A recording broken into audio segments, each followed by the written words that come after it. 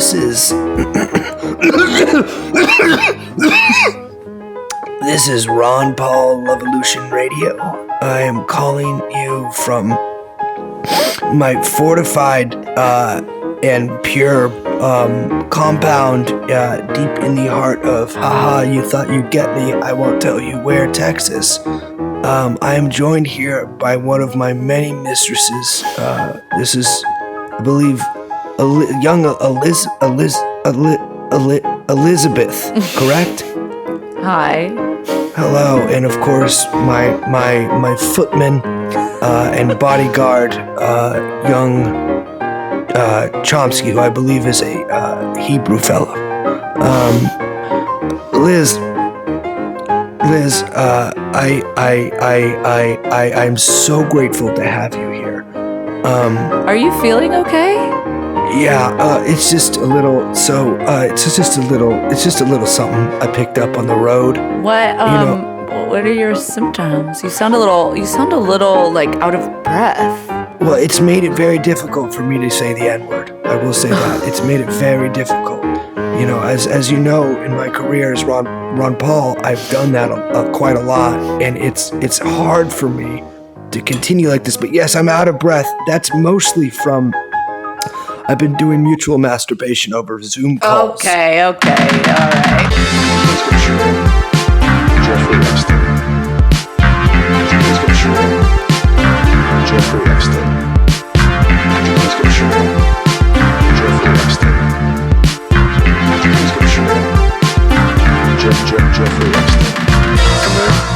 Come in. Jeffrey Epstein. Hello. And scene. That was very funny. You thought I was Ron Paul, and I did, and then you said, "Oops, just kidding," and revealed yourself to be Brace Belden. That's correct, the one and only.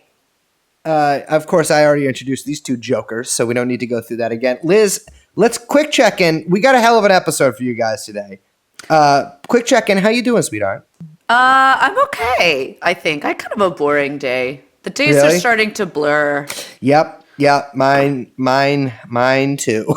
Yeah. So I gotta I keep saying this and then I don't do it, but I gotta strategize some things. What do you mean? In terms of doing more stuff, figuring out stuff to do. Yeah. That's the thing. Is one becomes rather limited eventually. Yeah. You could get into. Have you heard of World of Warcraft? No, I'm not gonna game. I don't want to game. This is week 2. We'll revisit this topic in week 7, and we'll see where you're at with it. Week 7. So yeah, for those of you who do not live near San Francisco, I guess actually this information is freely available on the internet. SF has officially extended its lockdown order until May 1st. Yeah. And I think probably that's at least. It says at least. Well, that's been my thing is I think they're just going to keep doing this little bit at a time thing so that people don't go fully insane. Or bounce, and there's some crazy thing where people are getting out of the city or whatever. Yeah. Yeah, I anticipate June if we're lucky. Yeah. Probably. I would say early June.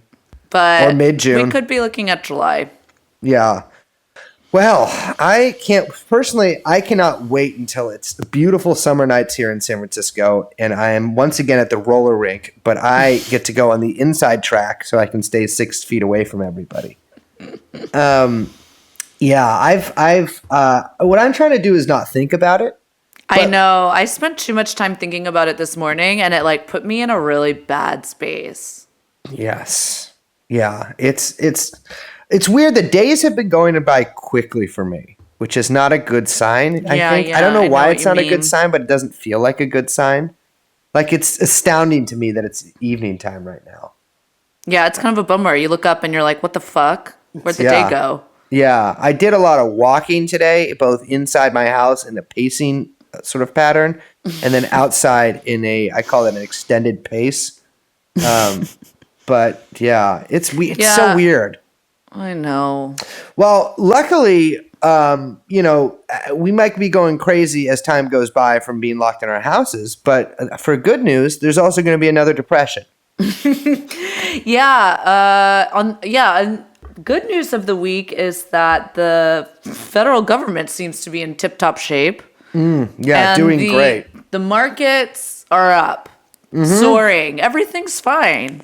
So, from what I understand, a bull market is the guy that comes in and has sex with your wife while you watches. That's the bull market. Okay, I'm not even. Okay, not going to entertain that one. All right, fair enough. Yeah, the markets are climbing, baby. Right? You love markets. No, they're just up a little bit, but they're definitely not. They're not hemorrhaging like they were last week, prior to the professor doctor and his infinite wisdom, kind of trying to calm them down, and then also the stimulus relief bill, which seemed to calm some things. But there's much more to this story and what's going on in the economy. So I think it's great that today we have on Alexander Skaggs, All right. who's our what do you call her? What do you call her? Finco. She's our financial correspondent. Finco. I like that. That's cool. And she's here. We're gonna talk what's going on in the Fed. What is up with Mnuchin and his crazy? Is he the most powerful Treasury Secretary in all of history? And just what this possible depression we're facing down looks like. Because here's the thing, baby. You might be depressed inside your house, but the economy is also depressed. The economy needs to do some self-care. I think the economy should stop masturbating as much. And I think the economy should maybe go for a run. But not at peak hours when everyone else is doing it. Maybe the economy should stop gaming and maybe call up a nice girl on the phone. Maybe the economy should stop bugging me, and maybe maybe the economy is already literally on the phone with a girl right now, which is how he's recording this episode. Maybe the economy should remember what time they were supposed to call to say hello. So the economy was gonna video chat. Maybe earlier. the economy is holding up the economy's phone right now and is showing you that the economy called someone who didn't pick up, and then when the economy texted like an hour later, it's like, hey, do you want to talk before we record? Then maybe the economy gets a text back being like, oh yeah, and then eventually a call back, and maybe on that call the economy is told, oh, I missed your call, even though I know how phones work. I know that you may have missed a call, but you saw the call. Maybe that's what happened to the economy. I didn't see the call. My phone was in my coat pocket, and it didn't show up on my computer. And I was waiting. You're out and because you said about? You were going to FaceTime. You said, do you want to FaceTime? You're out and about spending money in what? The economy? Who do you think was calling? I'm just saying. Yesterday you said you wanted to FaceTime. You didn't do that today. This isn't about me. It makes it more embarrassing if I say it's about me. Okay, let's get this on the road.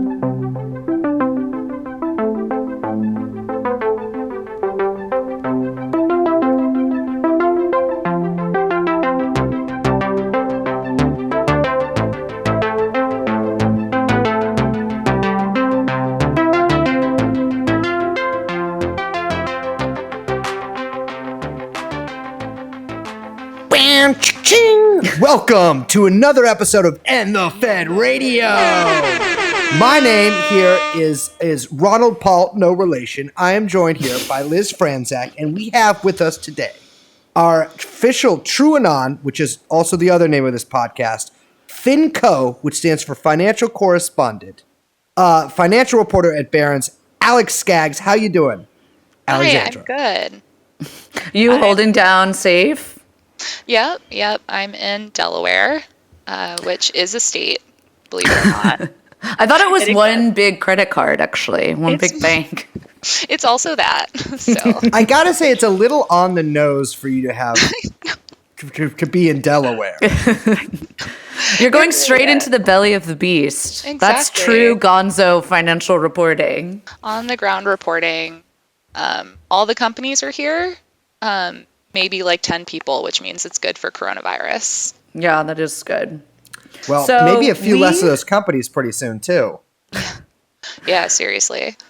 So we are so excited to have you back on the show because, as many of our listeners I'm sure are aware, there have been some big moves at the Fed in a really short period of time.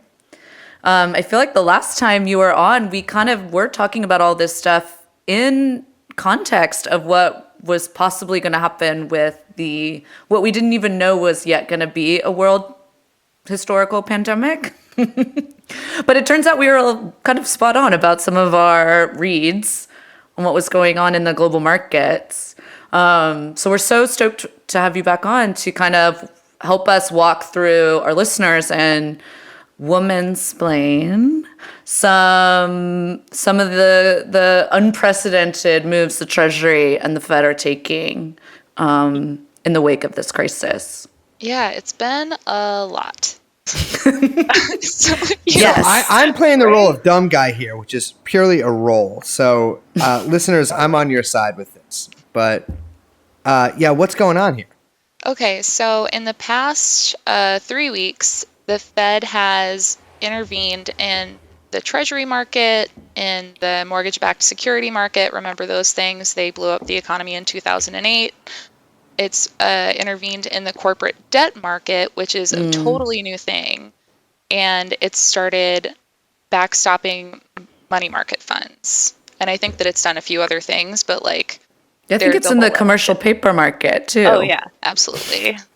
That's been... Wait, what is the corporate debt market is a new thing, or it's a new thing for the Fed to intervene in?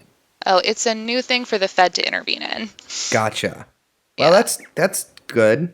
So when we say, just so we can totally explain, when we say they're intervening, what exactly is what are they doing?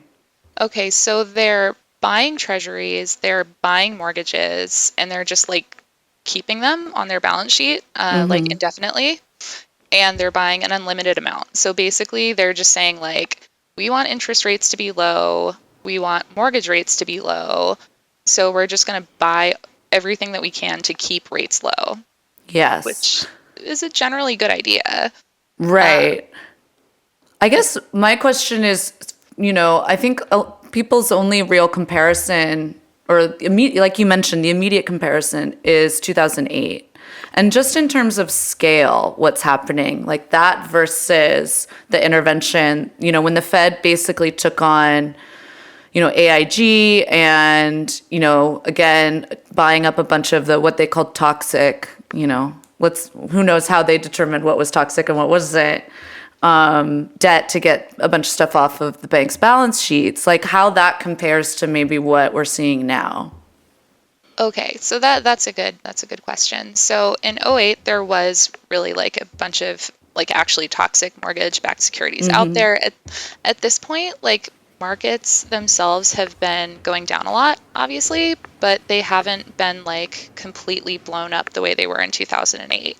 So this is all really like, it's preemptive measures from the Fed instead of like, it was really funny in 2008. I think they were listening to Larry Summers and they were listening to Tim Geithner, and they were our favorites. I know, right? So they were doing as little as possible, basically. So they like tiptoed into the market. This time they just were like, fuck it, we're gonna do everything we can. The entire range of intervention. And I think that they're actually going to create something to buy municipal debt too.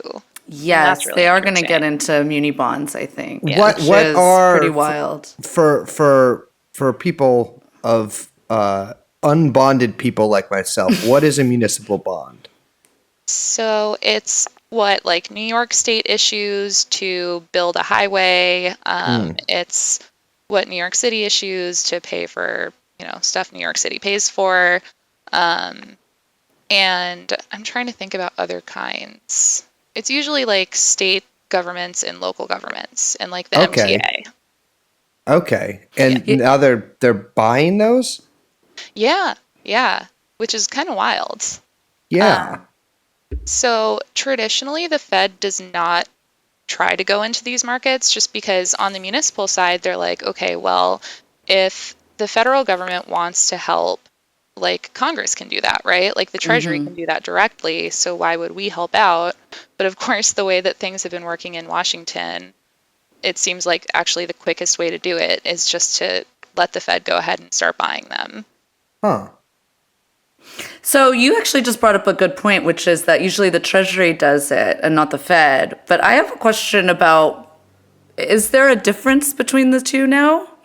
I mean, there's less of one. Which I think it is seems like good. that line is really blurring. Yeah. I mean, it makes sense, right? And it makes sense considering Yeah. like what we're facing, which is a giant pandemic that left, what was the jobless claims number last week? Like 3 million, 3.2 3.2 million, yeah.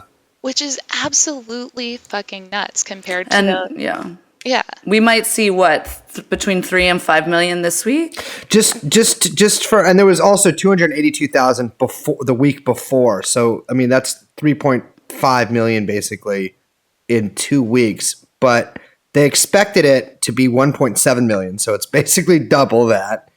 And the highest previous 1 week thing was an 82 at $695,000. Or excuse me, 695,000 jobs in 1 week, which is insane. Yeah, so it would be, I mean, I'm doing this in my head, so no one fact check it, even though this is recording. But if we're looking at upwards of like 8 million people unemployed within 2 weeks, I mean, that's getting close to like a 6% unemployment rate in 2 weeks, 7% unemployment rate. And that's, I think something to think about with that is that, those claims are going to be higher in California because the state shut down much quicker than any other state. And there are still states that aren't shut down. And that's going to kind of continue to, kind of like dominoes as we move into, Q2. So it's really like a little scary, the unemployment prospects that we're looking at, which I want to get into, but I almost like don't want to get into that just yet. Yeah. Because maybe we can talk about that when we get into the bailout and the stimulus. Right. But just to really quickly like kind of circle back, I hate that fucking term, I'm sorry. Just back to the Fed intervention. Like I do kind of, I don't want to give people the impression that like what the Fed is doing is necessarily like bad or wrong. This isn't like the bank bailout. We can talk about Mnuchin and what they're doing with the corporate bailout. But what the Fed is doing is, like you said, it's like a preemptive measure in order to stop what would have been a massive hemorrhage, it looks like. Yeah. Well, like what's really kind of going on is that every company in the country basically is saying like, okay, I need as much cash as I can get my hands on, but like all at once. And it's not just the companies too. It's like, assholes in the Hamptons going out and trying to, withdraw all their money and put it in their mattress. It's like basically everyone wanted cash all at the same time. And that like basically made markets go nuts. And it's not supposed to be really expensive to borrow short term, but when everyone's pulling their money out from cash markets and like short term, let me think, like money market funds basically, then like the rates on those things go up and all of a sudden it's like cascading. Exactly. And it costs like, 5% to borrow overnight or for like a week. Yeah. And so, I mean, I think like, not to like use a scary like ooga booga word, but like you would say that they were kind of trying to potentially stave off a liquidity crisis. Oh yeah, like a full-blown run. Yeah. Wait. It's a liquidity crisis. That means money, like real money. Yeah. Oh. That means like, they didn't want a bank run, basically. Yeah. Gotcha. Like corporate and individual. Yeah. Wow. That sounds bad. Yeah, that was the thing that scared me because, like, the stock market goes down 2% or 5% or whatever, and I'm like, okay, stock markets move a lot. I've seen it, whatever. But then I was looking at the numbers of like, because they actually track how much investors take out from like money market funds and stuff, and those were the highest ever by like a lot. And that Ever, sort of like, what freaked me out. Like ever? Okay, like since 92 ever.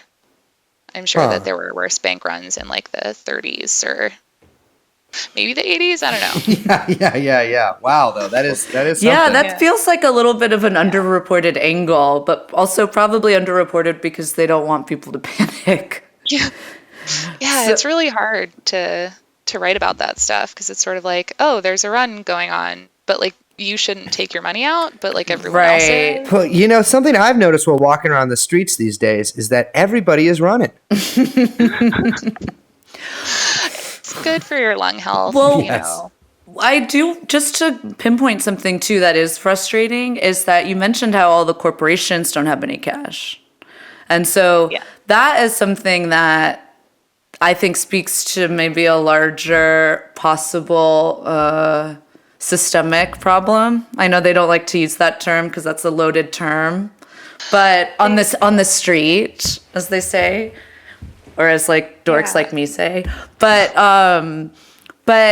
the fact that, you know, these companies, you know, they don't have cash because they've been using all their tax cuts in stock buybacks, right? And they're kind of like trying to get more in order to, you know, so they're completely like lean because they've just been enriching their shareholders with all of the money they've been saving from the tax cuts. So wait, these guys don't have any money because they've just been paying themselves? Yeah, it's funny how that works, right? I'll be honest with you guys, I would probably do that too. It's almost like the system is the problem, but Let me be clear. These individuals should be in prison as well. But yes, yeah. Wow. So this is crazy. I thought these guys were supposed to be good with money. yeah, right. Well, I feel like because they wanted so much to like get every single penny of profit out of every penny they spend, they got to the point where they were basically borrowing against like supplies that hadn't come in yet, more or less. Yes. Like they, like all you guys know about like the just-in-time delivery stuff. Oh, and like yeah. basically they were trying to make sure that like there is no fat whatsoever. This is the like drop shipment model, but for like profit. Walmart. Yeah. But like it's like if Walmart had like maybe 75% of what it needed in its warehouse, right? And then it was like, okay, well, we'll just like ship the other ones straight from our supplier to the customer. Like the amount that the companies were leveraged like operationally was, and it sounds terrible. It's stupid words to use, but like I'm trying to think of other ways to describe it. It just was really stretched. I mean, Why is that, do you think? I mean, so, okay, what I think the fundamental problem is that markets, especially the stock market, has been operating on the assumption that corporate earnings grow every year, Right. no matter what. And that strikes me as like kind of problematic because corporate earnings don't always grow every year. And so the shareholders expect that, and when the shareholders don't get it, they're like, okay, well, how are we going to grow earnings? And one way you can do that is by buying other companies, by buying back shares, by Right. doing all of this stuff. But like the question is how much of it is financial engineering and how much of it is real. That was a big thing with Apple because Apple would report these, you know, year over year earnings that were insane. And you'd be like, wow, Apple's doing great. And then you dig into it and you see it's absolutely just, you know, either it's like totally inflating stock prices through whatever buyback strategy they have or other kinds of, you know, financial maneuvering, like you say. So there's these like, you know, I mean, it's again, there's the underlying like systemic issues here that are kind of just all like being brought to the fore, it seems like. Well, yeah. And, you know, you talk about how there's supply shortages of everything. I mean, I think part of that is that these companies just had no room for anything to go wrong. Well, that was, again, you know, as you rightly point out, that's by design. I mean, there was like fucking Larry Summers is like out there. He's like, favorite. oh my God. He's like up there on the list, man. Oh, absolutely. My God. But he he came out and he was like, how come we don't have masks? Where are all these ventilators? Yes. Why are these supply chains in China? And I'm like, Larry, my dude, you literally wrote this policy under Obama. Like, what are you talking about? Classic move. Yeah, the stock buyback thing has been really interesting. That's like, I guess it is a good way to shore up profit when it doesn't look, or to show up like appearances when it doesn't look like it's going to be like a good year or something. Well, yeah, I mean, a lot of the ways that people look at this is earnings per share. So if exactly. you shrink the shares, and the earnings per share goes up, just like math. Right. And less shares, more earnings. Makes sense. Yeah. Yeah. Again, this is the way I would And do it's business. just to float the stock market, because everything is fictitious now. It's not actually, and that's like, I guess what's so frightening about what we're facing. Like I think we were talking, or I was talking to someone else. It's like I can't even get my mind around the scope of what we're dealing with. Like I can't like physically in my mind understand the like contagion, not to use a, whatever, a little bit, that's a little on the nose, but because of all of these things it touches. I mean, like, and like real things, it's like, okay, stock market, fine. Like 2008 was, even though it had real world ramification, or like kind of like what you would call like Main Street ramifications, right? Like I don't want to, I'm not downplaying that. Believe me, that's like not my brand to downplay that at all. But like it primarily originated on Wall Street. And so it could kind of be dealt with there in a lot of ways, even though, of course, people losing their houses, that could, that's not on Wall Street. But it went from Wall Street to the rest of America. And this is like not a Wall Street problem. This is like an actual American, like financial and economic, like real economic, like supply chain fucking disaster. And one of the funny things is that, like, going into this, like, companies are super indebted. They have like a ton of operational leverage. They're basically, again, like borrowing against their supply chain. And people are talking about this stuff like, oh, well, it's not in the banks, so it can't be systemic. So, like, what's the worst that can happen? I love the system we've created. I know. But like the pandemic is like, it seems almost perfectly created to just like blow that entire system up. Totally. Because everything changed all at once, only in the real world. And the banks are like, oh, we're fine. But like, who cares? Oh my God. The stock market has been doing rather like okay the past few days, right? Have you heard it's in a bull market again? Exactly. Oh, for God's back. sakes. And because, Liz has been harping on this as, I actually, you know what? That's gendered language I'm using. Liz has been a harpy about this. Liz has been harping about how Trump's whole, like, she thinks Trump's whole, talk of getting back to work by Easter and stuff was just a way to I really enjoy saying this, to juice the market a little bit. I don't know which one of Donald Trump's disgusting slob sons, one of whom, by the way, is married to Governor Newsom's ex-wife, which I think is very funny and baller. One of them said right before this, like everything crashed, basically, was saying, now is a great time to invest. If you're looking at stocks, here's a time to get involved. And I think obviously that was just like, they were trying to like bump it a little more. And I'm not so sure that like, it's just crazy to me that it's going up while everything else is getting worse, but it's bullshit, right? Yeah. So I actually got in a little argument with people on the internet about this. So I actually think that, and like this is really grim, right? But I think that part of the reason stocks are doing better is because jobless claims were so high, which like, because what are they, right? They're minimizing costs. Like this is the sort of like ruthless logic that the market actually imposes on the world.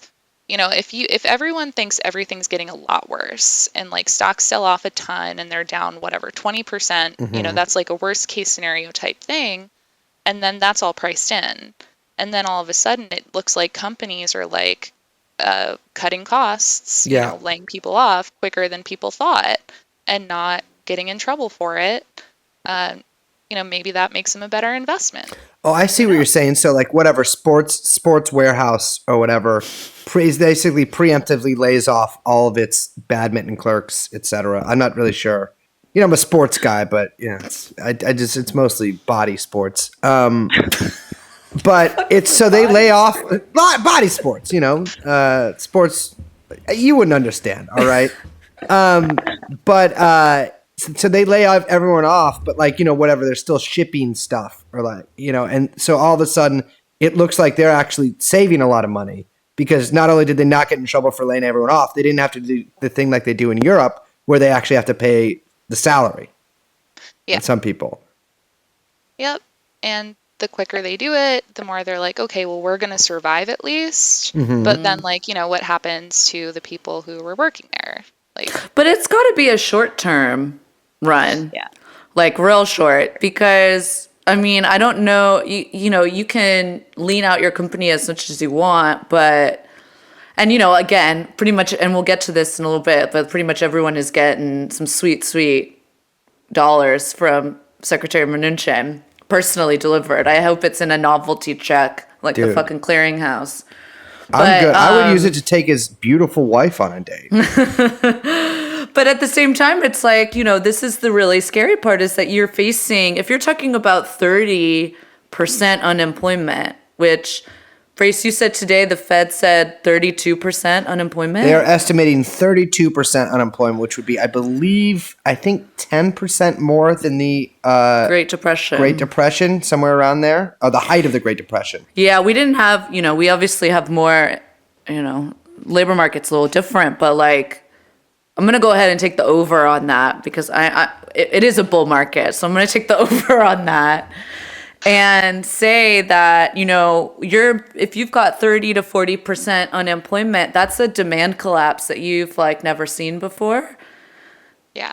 And I don't know where people think, it's not just it's not after 9/11 where we can just all go out and buy TVs again or whatever Bush told us to do. And this is what I kind of keep saying, is that the nature of this beast is you've got, and globally, you've got a twin supply and demand shock that won't resolve itself until maybe the summer, if that. Oh, yeah. I mean, I think that, people at the banks even are getting ready for okay, everything's going to be shut down until June. And what do you do? Yeah. But what does that mean for GDP? I mean, that's and I don't, I don't mean to be one of those people that's my best friend GDP, as if that means something. I don't work for Vox Media, but we're a Barstool podcast. But I think I said this before. Yeah, it's 40% unemployment, 30% drop in GDP. I don't think anyone knows what that means. Yeah, and that's a big part of it too. I do think that no one really knows what to expect. Mm-hmm. And I mean, that's why markets are going insane. That's why the Fed is throwing everything they have at it. And I think the Fed kind of knows also that companies they have too much debt. Mm-hmm. They've cut things too far in terms of supply chain management. And so I think that because they've noticed it, they're well, shit, we have to do something to sort of stop, backstop this whole thing. And to do that, they're basically telling companies okay, we're going to buy your bonds. We're just going to lend to you for 5 years, up to 5 years, basically for free. What, okay, it's not actually for free, but I mean, it's it very basically is. Yeah. And so that's, they're going to lend to companies that no one else is going to lend to. So lender of first resort, basically, yeah, right? Instead of lender of last resort. I feel I think I was listening to Joe Wiesenthal's podcast with Zoltan, and Zoltan said that. I think maybe he said that. I can't remember which person said that, but I thought that was a cute way to, or not cute, but that's to think of the central bank as the lender of first resort is definitely a new way as we enter this phase 2 reality.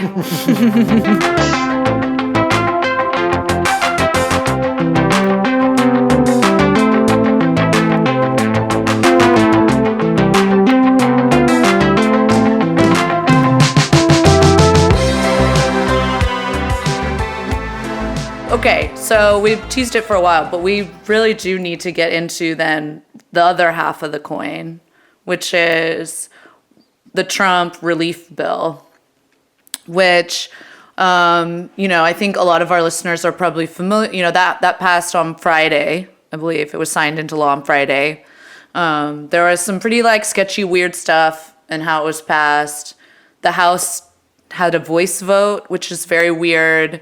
They got to blame it on the pandemic, which is, in my mind, bullshit. So we don't have a record of who actually opposed it. There was no written vote. It was literally a voice vote. So anyone can claim they were against it. Massey. Yeah, the Republican tried to get a vote. Yeah. And they shut it down, which, is total bullshit. I mean, I think, there's just as a side note, I think the reason why, because they were saying, you have to call a quorum, and in order to call a quorum, you have to be in person. But it's who's going to sue you? And to where? Oh, you're going to go to the Supreme Court? It's a pandemic. Just fucking record the vote. It's these people are just, anyway, anyway. Don't get me started on the clowns in Congress. But okay, so they passed the stimulus bill, package bill. It's a, kind of a double whammy. You've got basically a massive, what they're calling stimulus, but it's really just a corporate bailout. And then also an expanded benefits program in the wake of the pandemic. So let's talk about the slush fund first, as it's being referred to. Hold on, ladies. Could you clarify to me? Is this pork? Is there pork? No, this isn't what you would typically call pork, but Okay. I guess it could be. It's halal pork or kosher pork. Pork is usually what like a senator, or usually it's just a dirty little House representative is one of his constituents is mobbed up and is man, you got to get me this new base in my state or whatever. And then he goes and he gets it shoveled into some big bill, and that's kind of called pork or whatever. Gotcha. And it's a way for him to get votes back in his district, etc. Yeah. But this is, so it's so funny because the fake news, lying news media keeps calling this a $2 trillion relief bill. But it's not really, is it? No. Well, the Fed itself is going to have, $4.5 trillion to lend out? Which it might leverage out even further. Wait, if this is a $2 trillion relief bill, how come there's... Wait. All right. No, I'll let you finish, but this is already confusing me. I'm not a numbers guy.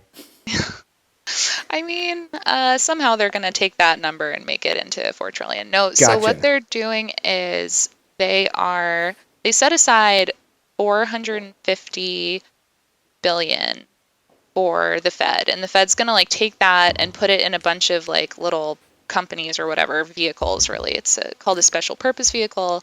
It's not that exciting. But what they're gonna fun fact is what Enron used. They used that for Enron. That's where they came up with it.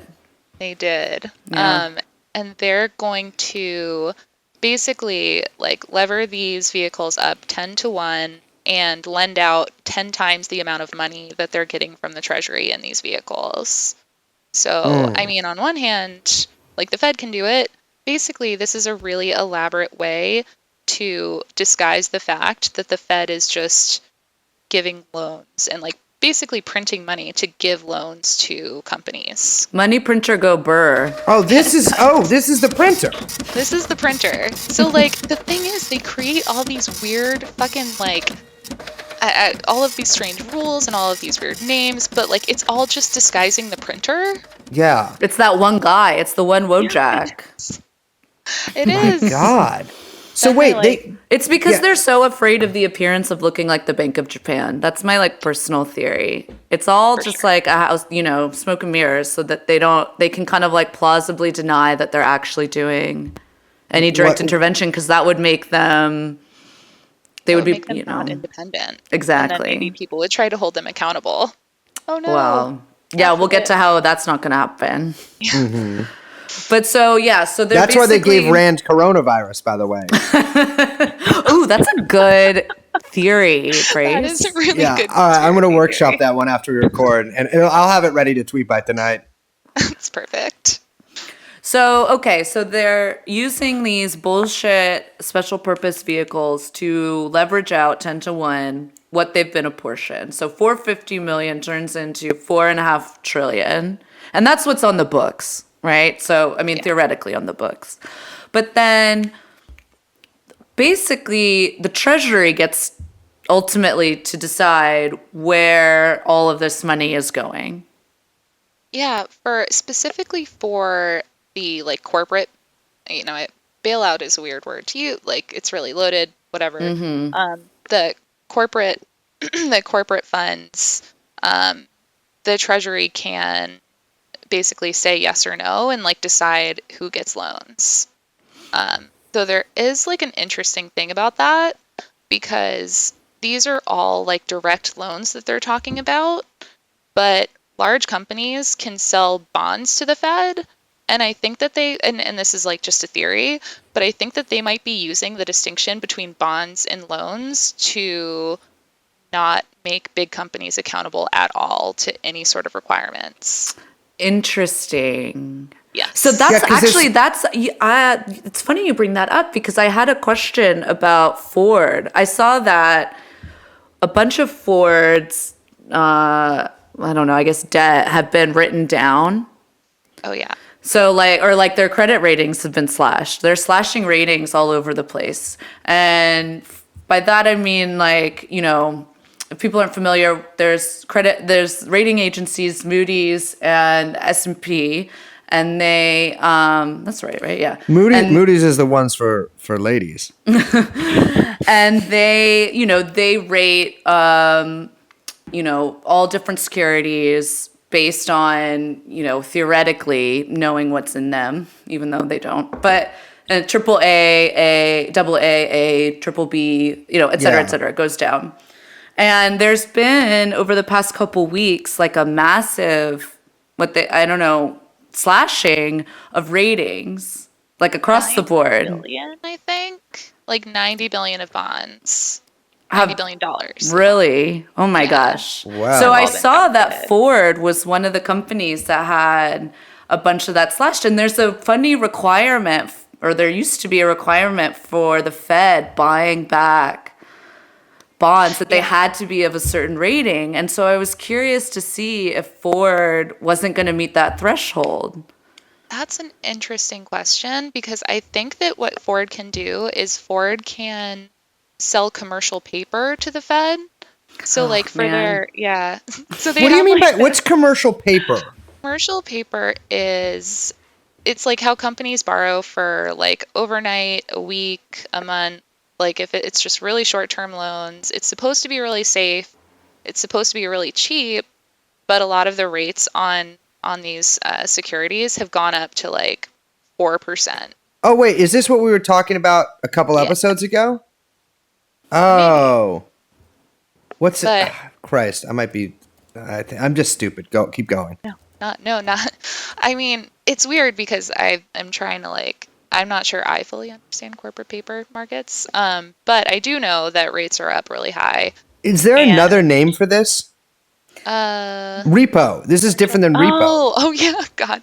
Repo is it's not dissimilar to repo, Okay. but when it's repo, it's like usually just banks and investment funds. Oh, but this is to companies. And this is Yeah. companies, yeah. Gotcha. So like it would be like if overnight you needed a bunch of quick cash to get truck drivers going across the country or something like that. Gotcha. And one of the big things in '08 was that the commercial paper market started seizing up first.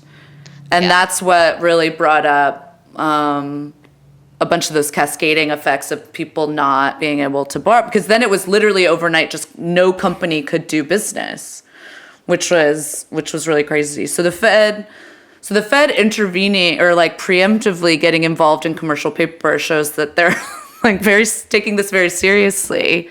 Seems like. And the funny thing is that like they made this weird rule that if you were rated investment grade on the day that they like announced that they're going to do this, then you can sell them commercial paper, basically. Okay. Huh.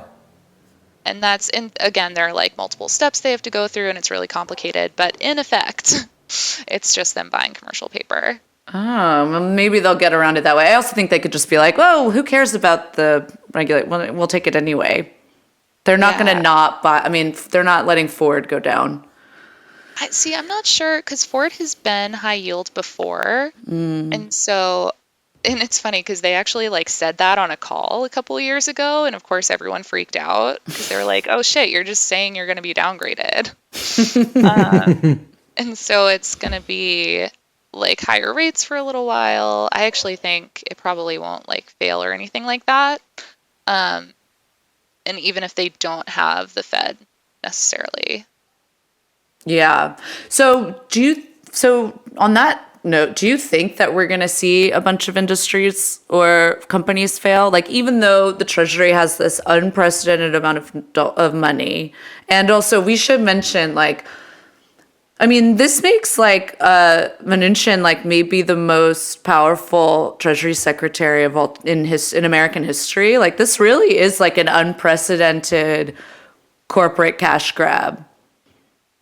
Yeah, and it's really funny because, again, like the Fed is obsessed with being separate from the Treasury, and they talk about their independence all the time and how important it is. And then they're saying basically that like Mnuchin can say, okay, well, we don't want that company to get this money, and that one's okay, which is really weird and like unprecedented. Like you Yeah, said. and this is the same guy who, by the way, like foreclosed old ladies' homes who were like 2 days like past paying. Like, this guy is a bad dude. Even like everything else aside, like he's a really bad person and was like a real key actor in the mortgage crisis. Yeah, for sure. So weird. like, yeah. Like with the industries and stuff, I mean, I feel like cruises are just dead. Like Yeah. forever. Like those are gone. Airlines. Yeah. Airlines Boeing they were gonna have to bail out before the pandemic hit because they were going through some rough mechanical Changes.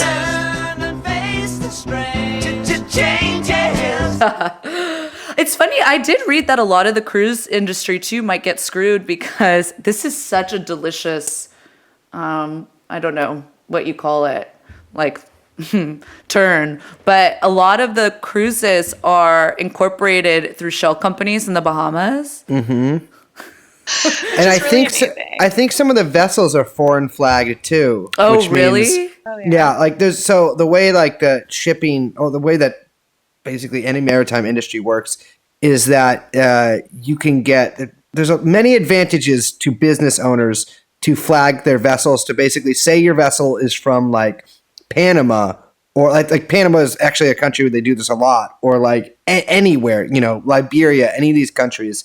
And so you'll see like Maersk vessels or whatever. I don't know if necessarily Maersk, but like big vessels that will like have their technical like country of origin or whatever be some poor like nation with a big coastline or a small coastline.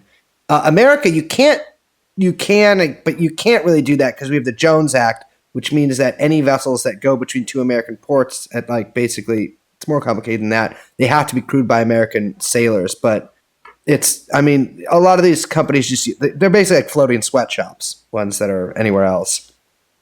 Yeah, it's grim. And it's fun. Yeah, the cruise, the fact that cruise companies have the shell companies in the Bahamas is really funny because it's like, why not Delaware? Yeah. Guys, we're Well, right here. and if it had been in the United States, then they probably would have been able to get bailed out. Well, But hey. because they might not actually be American companies at this point. So who else? Give me some more names here, Yeah, Alex. that's good. Let me think. Okay, so Ford's definitely going to be downgraded. Insurers are a little weird right now. You're talking about like literal like health insurers, life insurers. Life insurers specifically are the ones that have been buying a lot of low quality bonds. And there are a couple of like small corporate focused, like they insure companies, and like they seem pretty fucked. Right. Well, any of because these things, when there's about to be a bunch of big payouts all at the same time, Yeah. generally not great. Yeah, bad news. well, that's not going to help the underlying possible liquidity crisis. I know, that's the thing. It's like this is like literally okay, not literally. It seems really, really like perfectly designed to just destroy the way that markets are set up right now. So- Yeah, it's like all of these. It's not just like bad practices that have been like, kind of the key like, structures of our economy, or the underlying structure of our economy for the past 25, 35 years, 40 years, whatever. But it's also like all of these other things just like hitting at once. Yeah. And so it's yeah. just like it's just exacerbating the whole system. Yeah, and the supply chain stuff is like a little niche. It's less important than like obviously massive unemployment numbers, but I do think it's so weird that like all of a sudden like companies they can't pay their suppliers. And Yeah. they've been waiting to pay their suppliers, so they've been telling suppliers like, okay, we'll pay you in 90 days instead of like tomorrow, like we were supposed to. But now they don't know if they'll be able to in 90 days.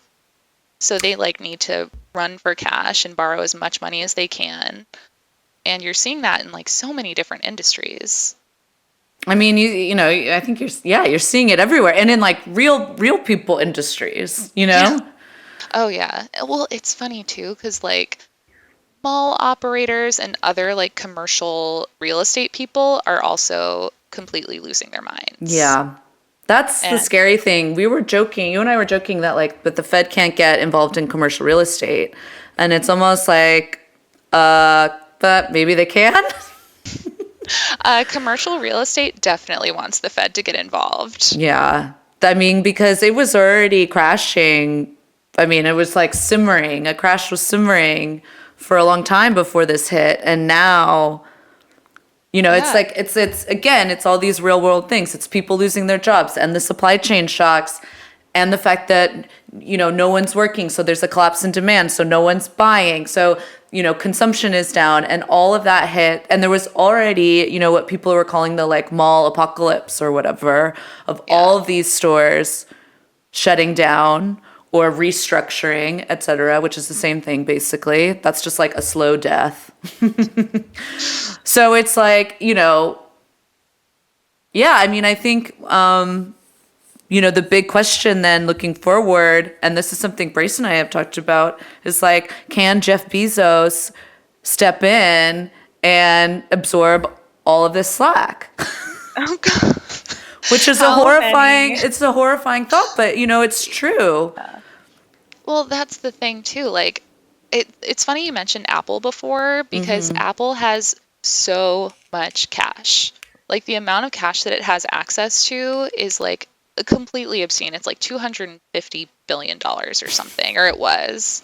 And they had so much that they used to like issue debt and say like, okay, well, we want to keep this cash offshore.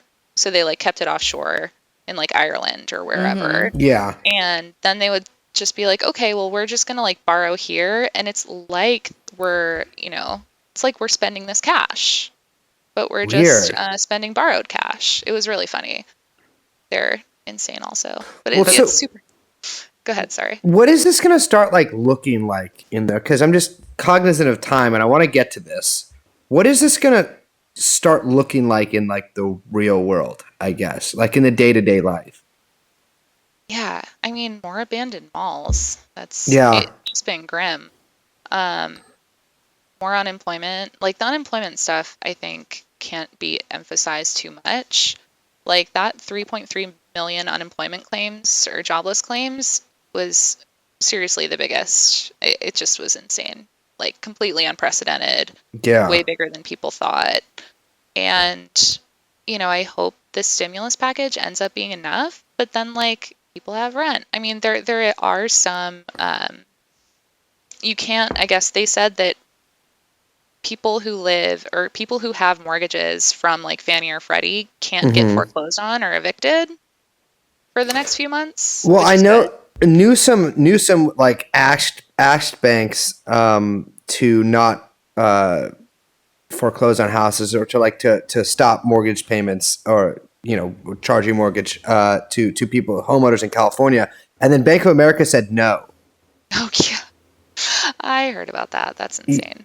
I know, which is I think there's a few reasons for that probably, but I mean there's also like okay maybe for some people with mortgages, but like rent, if it's gonna be, I mean they're gonna have to obviously give people more money as time goes on too, because this is definitely already in San Francisco. They announced there's going to be at least until May 1st. The lockdown will continue, and it's like I feel like the effects of this will worsen as time goes on. Oh yeah, for sure. I mean, the longer, yeah, it's funny because like, obviously things should be shut down for as long as they Yeah, need to be shut down, right? But like the reason that they've all been talking about like, oh, let's not make the cure worse than the disease is because the longer things are shut down, the worse markets are going to get. yeah, So like, but the thing is, again, if you open everything up and you've got huge numbers of people getting sick, then you're overwhelming the health system. And like, that's just the same problem, but like through a different channel. yeah, and it's probably also going to cause an equal amount of unrest, or maybe even more. Yeah, absolutely. I mean, at least people would be able to, go to Urban Outfitters or whatever, buy Arctic Monkeys LPs. But it's crazy because like you can't. It's the weird thing about this crisis is like we're stuck inside our houses, and so it's like hard to see things as like see the effects of things, sort of on the day-to-day level on the street, because you sort of can only read about them. But it's like astounding. I mean, 32% unemployment. I mean, that would be even if that is actually accurate or whatever, instead of what I think it's being too conservative. That will be. I mean, I don't even know what that could look like. That would be worse than the Great Depression by a lot. Yeah, for sure. I mean, I don't either. The funny thing is that Yeah. like all of the smart people don't. And so like, I'm trying to figure out like, okay, well, what does, this guy or that guy think? And no one has any idea because it's just so big. I think too, it's like, when we think about unemployment, I mean, I think I mentioned this last time we talked, but it's like the large scale unemployment has like direct and very real like social and political like ramifications that really don't get, I mean, I don't want to say priced into, but like as a way to kind of think about it economically, like don't get thought of in the same way. Like you do not want like prime age people just No. like unemployed for like months and months of time. Do you know what I'm saying? There's a lot of reports of social unrest coming out of Italy too. It's not like it's looking grim there. No, it's like these are very and you pair that again with there's no consumption, you've got political unrest, there's no local businesses except for quote unquote essential, and those are then stressed. I mean, it's very easy to see. I mean, I don't want to get too like doomer, although I do like to get a little doomer. But it's very easy to see like how quickly, I always say that word cascading, but it's because it has these like furthering effects that aren't initially accounted for, but end up kind of ramping up as you keep like falling down the hill or whatever. I'm mixing a bunch of metaphors, but It works.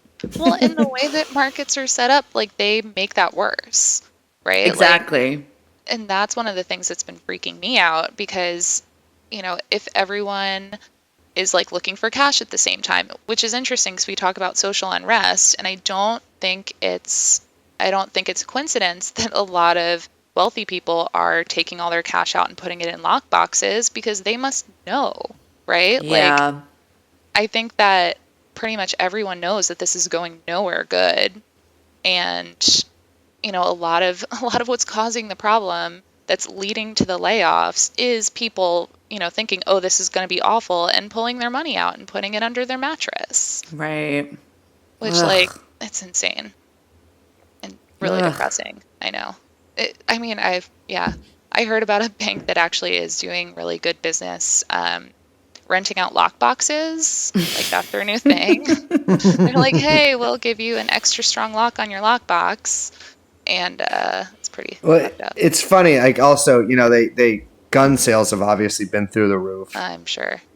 But it's just crazy because we're going to see all these people basically forced out of their regular jobs and, like, in some cases, good jobs in order to become Instacart shoppers and, whatever, warehouse workers. We were saying this before. We were talking about this before we started recording, but Lyft is now telling its drivers to start working at Amazon warehouses. And it's like, we're just going to see, the precaritization, to make up another word from another not so, I think, dictionary friendly word, of the economy. It's just, this is like an accelerant for it. Yeah, and things were already precarious enough, right? Yeah. Like, it's funny the way that people talk about these things. They're like, oh, it was like a jobless economic recovery back in 2004 or 5. Like, what that means is basically that everyone's jobs got a lot more precarious, and it's continued to get that way, and now it's just like full on. Yeah. Yeah, one of my favorite statistics is that 80% of all new jobs created after the financial crisis were gig jobs. Which is just, like, astounding. Yeah, right? so Like, that's I get to say my favorite thing right now. Thanks, Obama. Well, it's funny, too, because, especially in the context, because I think we got to talk about this, and then I think just because of time, we got to wrap it up kind of soon. We're talking about unemployment insurance and, people getting this $1,200, and then on top of that, up to $600 a week in unemployment benefits. As far as I'm aware, it's a little difficult for some of these precarious workers to apply for unemployment insurance. Typically, but they expanded it to include gig and contract workers. Which did they? They did, which was that was a big fight over that. But they and to include people that categorize as freelance, contract, gig, whatever you would call it. So those people can apply. The question is how much they're going to get and also the turnaround on that. EDD is usually pretty quick, but the backlog is just, who knows if they have the capacity right now to deal with the claims. Which is funny because it's almost like, they could use a lot of people to do that, right? Well, that's funny about all of this. Yeah.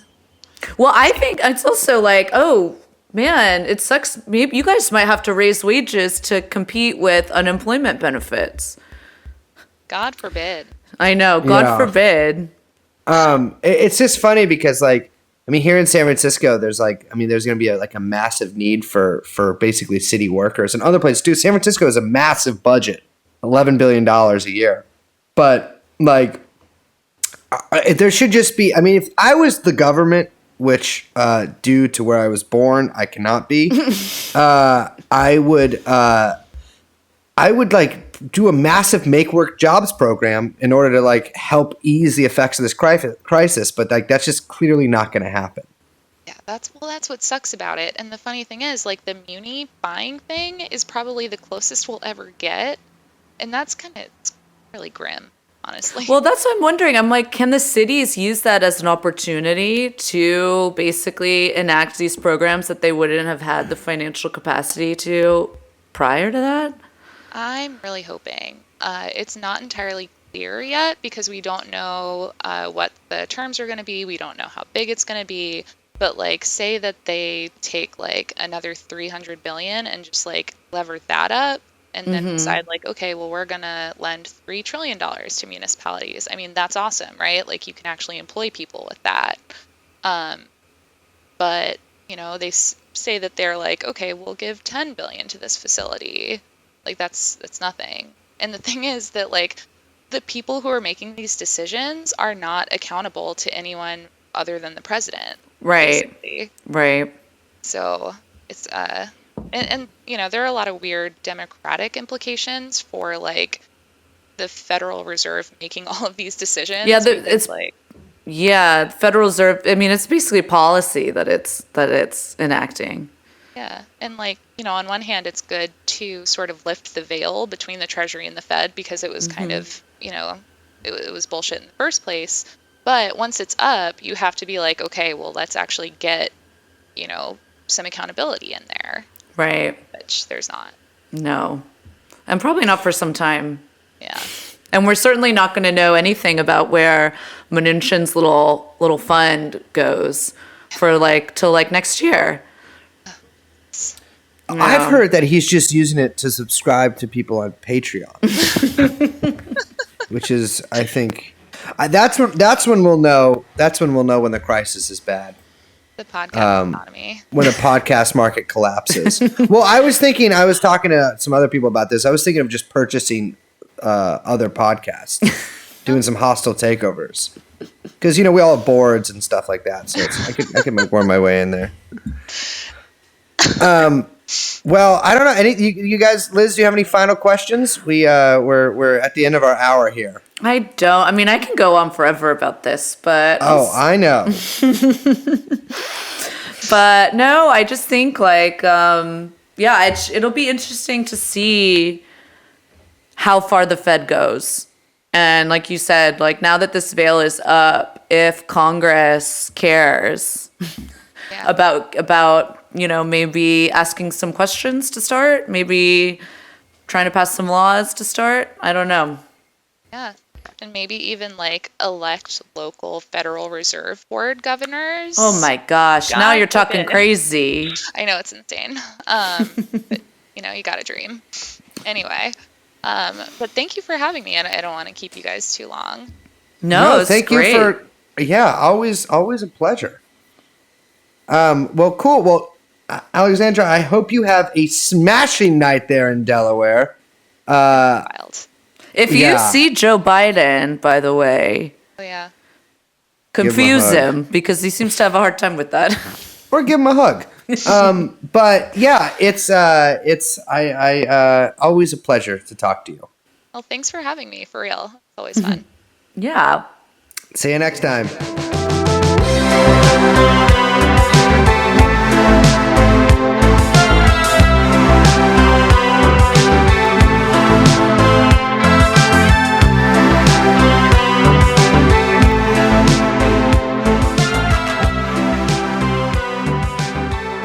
So, well, first of all, that was fascinating. It was. I can talk all day about this and many other things that no one really cares about. Yeah. It's funny because I'm actually the one who's obsessed with celebrities, although technically all the celebrities I'm obsessed with are part of an international child trafficking sex ring. But you're the person who's the big, you wear the money pants in the family. Yeah, you're obsessed with fame and I'm obsessed with fortune. Well, hold on here, baby. My genetic heritage definitely makes me obsessed with fortune.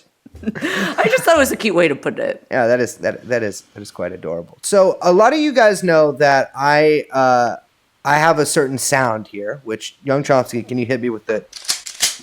Yeah. But due to changes in my lifestyle, basically, you can't see this, listeners, but I'm holding this up for my coworkers here. I have a money clip now. You guys see this? Yeah. It's an ILW money clip, which I think is very cool. Now I'm a money guy. So my new sound is cha-ching. And I will be doing that. Why do you do it? Why does it sound like It's that a when higher you do pitched register. Cha-ching. Hold on. I hate it so much. I hate it so much. How do you do it? Can you guys do it? Yeah. Cha-ching. Cha-ching. No. Cha-ching. I can't even tell what I'm doing wrong. I know it's not. Listen, I know It's I'm like not you're normal. like- you It's you like clench you're- up when you do it. Yeah, I get excited. You sound really. You gotta relax and do it. I cannot, dude. I throb when I do it. Well, anyways, I'm thinking of switching sounds. Whoa, sound switch. We're gonna. Yeah, I'm gonna well- have to check. I'm gonna look into the technical feasibility Aspects of that. of that. Well, we can always, yeah. But it's, obviously, I have a bandolier filled with various sounds that I make with flawless accuracy.